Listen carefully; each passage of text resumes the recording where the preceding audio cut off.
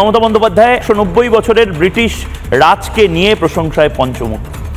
মমতা বন্দ্যোপাধ্যায় হয়তো অসহায়ভাবে চেষ্টা করছেন যেন তেন প্রকারণে ব্রিটিশদের থেকে একটা অন্তত ইনভেস্টমেন্টের কোনো কথা, বড় হলেও অসুবিধা নেই, ছোট হলেও অসুবিধা নেই, একটা কোনো ইনভেস্টমেন্টের কথা।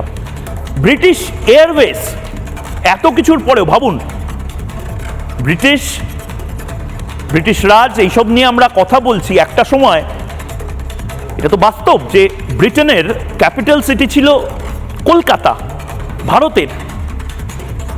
সেখান থেকে আমাদের পিছিয়ে পিছিয়ে পিছিয়ে পিছিয়ে অবস্থাটা ভাবুন। এখন রাজ্যের মুখ্যমন্ত্রী বলে বলছি না, ভারতবর্ষের অন্যতম প্রবীণ politician Mamata Bandyopadhyay as a politician তো আজকের নয়, 7 বারের এমপি, এতবারের মুখ্যমন্ত্রী, কেন্দ্রীয় মন্ত্রী, তিনি বলছেন, ওপেনলি বলছেন, বারবার বলছেন, মুখ্য সচিবকে দিয়ে বলাচ্ছেন, শিল্প বণিকদের দিয়ে বলাচ্ছেন, তারপরেও ব্রিটিশ এয়ারওয়েজ, এবং আমার কাছে সূত্রের খবর আছে, ব্রিটিশ এয়ারওয়েজ কেন, এটা অনেকের মনে হতে পারে যে সত্যিই তো কেন করছে না, তার কারণ মুম্বাই থেকে যে ব্যবসাটা ব্রিটিশ এয়ারওয়েজ বা যে কোনো বিদেশি কোম্পানি পায়, দিল্লি থেকে পায়, ব্যাঙ্গালোর থেকে পায়, চেন্নাই থেকে পায়, সেটা কলকাতা থেকে পায় না। কলকাতা থেকে কতজন শিল্পপতি তারা লন্ডনে যাতায়াত করেন, বা লন্ডন, আমেরিকা, ইউরোপের কত ইন্ডাস্ট্রি তারা কলকাতায় হেডকোয়ার্টার করেছে, ভেবে দেখতে পাচ্ছেন?